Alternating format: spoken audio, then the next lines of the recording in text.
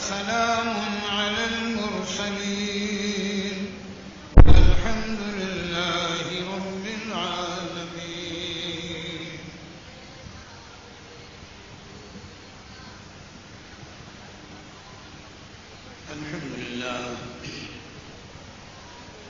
الحمد لله نحمده ونستعينه ونستغفره ونؤمن به ونتوكل عليه ونعوذ بالله من شرور أنفسنا ومن سيئات أعمالنا. من يهده الله فلا مضل له ومن يضلله فلا هادي له. ونشهد أن لا إله إلا الله وحده لا شريك له. ونشهد أن سيدنا ومولانا محمدا عبده ورسوله. أما بعد فأعوذ بالله من الشيطان الرجيم. بسم الله الرحمن الرحيم. يا أيها الذين آمنوا اتقوا الله وابتغوا إليه الوسيلة. صدق الله وصدق رسوله النبي الكريم. يا أكرم الخلق ما لي من ألوذ به سواك عند حلول الحادث العممي. فإن من جودك الدنيا وذروتها ومن علومك علم اللوح والقلم. محمد سيد الكونين والثقلين والفريقين من عرب ومن عجم. هو الحبيب الذي ترجى شفاعته لكل هول من الأهوال مقتحم. درود پاک کا نذرانہ پیش کریں.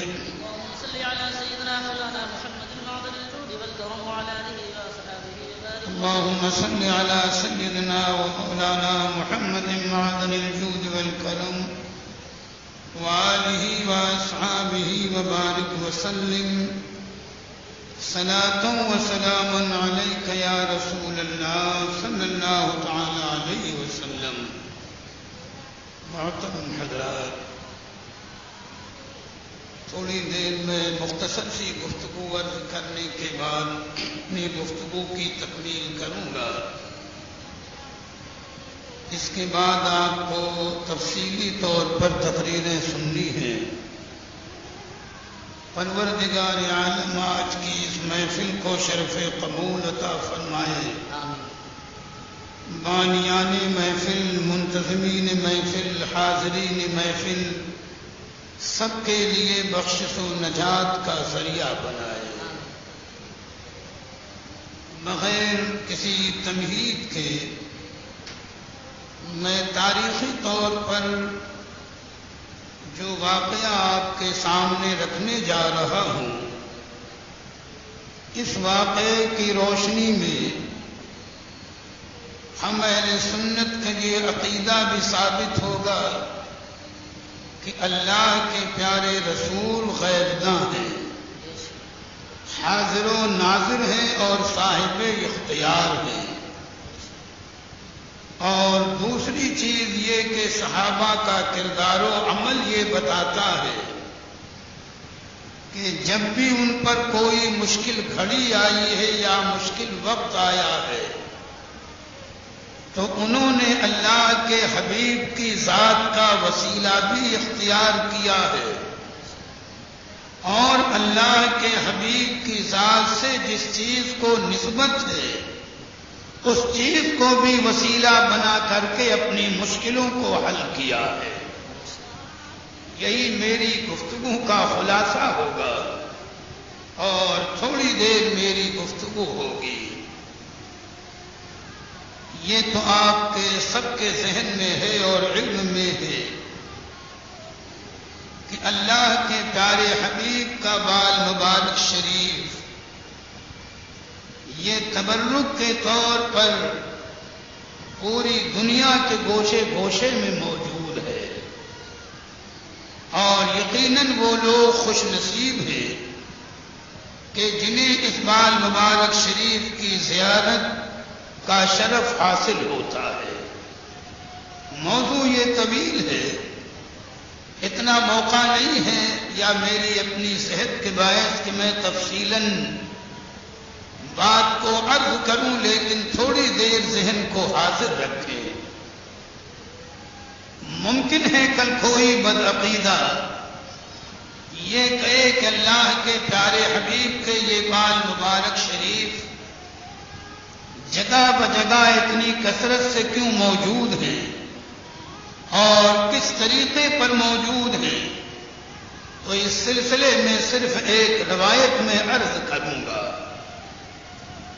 پہلی چیز تو ذہن میں یہ رکھی کہ علماء نے ذکر کیا کہ اوسطاً ایک انسان کے سر پر کم و بیش 1,24,000 بال ہوتے ہیں، زیادہ بھی ہو سکتے ہیں، لیکن اوسطاً 1,24,000۔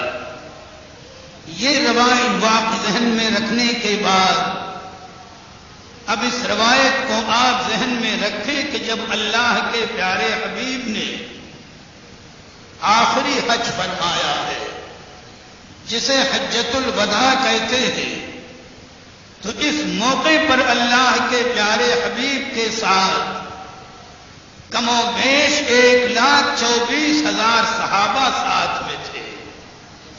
یہ دونوں باتیں ذہن میں رکھنے کے بعد اب میری بات کو سمجھیں کہ جب اللہ کے پیارے حبیب نے حج کے ارکان کو ادا کیا، جو ترتیب ہے حج کے ارکان کی، اور قربانی کرنے کے بعد جب اللہ کے پیارے حبیب اپنے بال مبارک شریف ترشوانے کے لیے بیٹھے، تو جو صاحب بھی بال تراشنے کے لیے آئے تو اللہ کے پیارے رسول نے سب سے پہلے اپنے سر مبارک کے داہنے طرف کے بالوں کو ترشوایا، اور ایک صحابی موجود تھے جن کا نام حضرت ابو طلحہ ہے، ان تمامی بالوں کو اللہ کے پیارے حبیب نے ان صحابی کو عطا فرمایا۔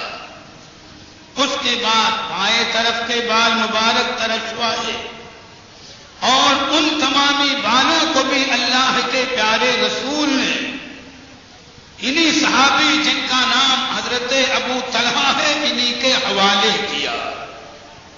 اب ذہن میں بات آنی چاہیے کہ اللہ کے پیارے رسول نے ان کو صرف اس لیے نہیں دیا کہ ابو طلحہ اسے اپنے پاس رکھ لے، بلکہ اللہ کے حبیب کی رحمت کے آپ قربان جاؤ کہ آپ پر اور ہم پر اور قیامت تک آنے والے امتیوں پر کتنا عظیم احسان ہے اللہ کے پیارے رسول کا کہ اپنے سر مبارک کے ان تمامی بالوں کو حضرت ابو طلحہ کو دینے کے بعد اللہ کے پیارے حبیب نے ارشاد فرمایا، یا ابا طلحہ اقسمہ بین الناس، اے ابو طلحہ میرے ان بالوں کو میرے صحابہ میں بانٹ دو۔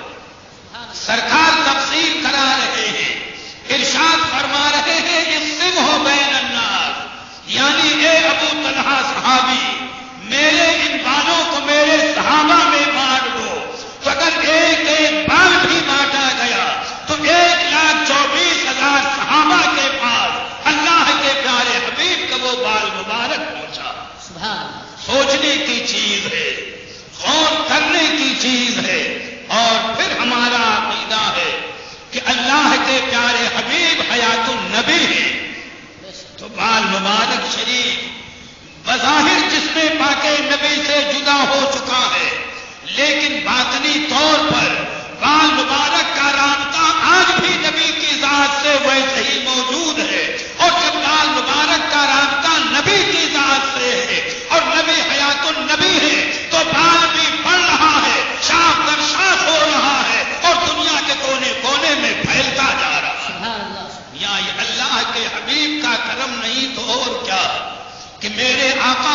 خدا نبی ہیں، ان کی نگاہ پاک نے دیکھا یقیناً کہ بظاہر میرے وہ امتی جو میری حیات ظاہری میں میرا دیدار نہ کر سکیں گے، لیکن یہ بال مبارک میرا جزو بدن ہے، میرا دیدار نہ صحیح میرے بال کا دیدار ہی ان کے لیے نجات کا ذریعہ بنے گا۔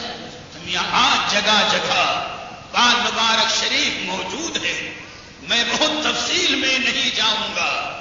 اب صحابی کا میں عقیدہ پیش کروں اور صحابی کے عقیدے کی بات ذہن میں رکھیں۔ حضرت سیدنا خالد ابن ولید یہ معمولی صحابی نہیں ہے، بڑے مرتبے کے صحابی ہیں، جن کو اللہ کے پیارے حبیب نے ارشاد فرمایا کہ وَالْخَالِدُ سَيْفٌ مِّن سُيُوفِ اللَّهِ، کہ خالد ابن ولید اللہ کی تلواروں میں سے ایک تلوار ہے۔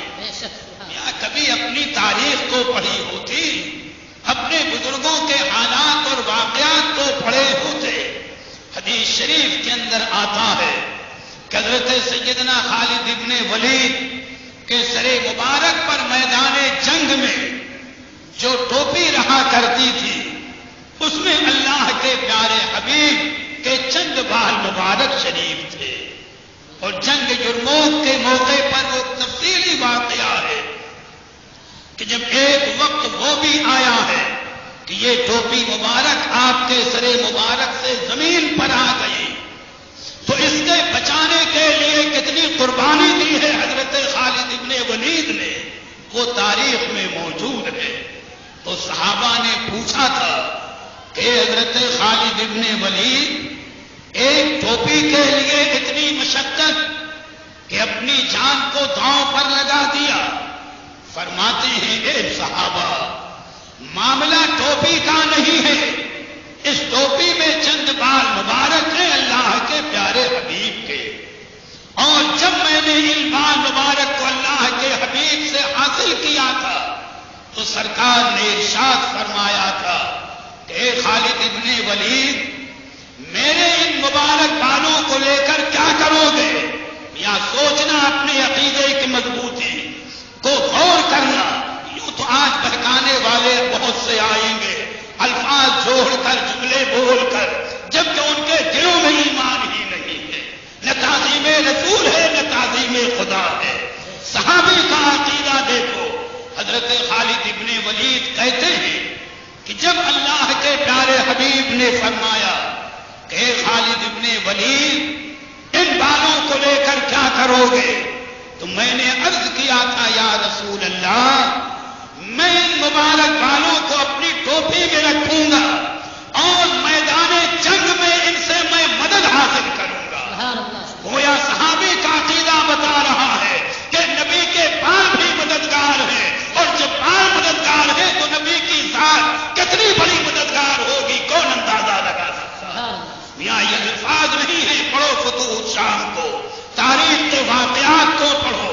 اگر حضرت خالد ابن ولید کا یہ عقیدہ غلط ہوتا تو اللہ کے حبیب روک دیتے، اے خالد ابن ولید یہ عقیدہ غلط ہے، لیکن نبی نے تائید کی ہے، تاریخ کے الفاظ شاہد ہیں کہ جب خالد ابن ولید نے یہ عرض کیا کہ یا رسول اللہ، ان مبارک بالوں سے میں مدد حاصل کروں گا، میدان جنگ میں فتح حاصل کروں گا، تو اللہ کے پیارے حبیب نے مسرت کے عالم میں فرمایا جاؤ، جب تمہارا یہ عقیدہ ہے تو تمہیں کامیابی رہے گی۔ گویا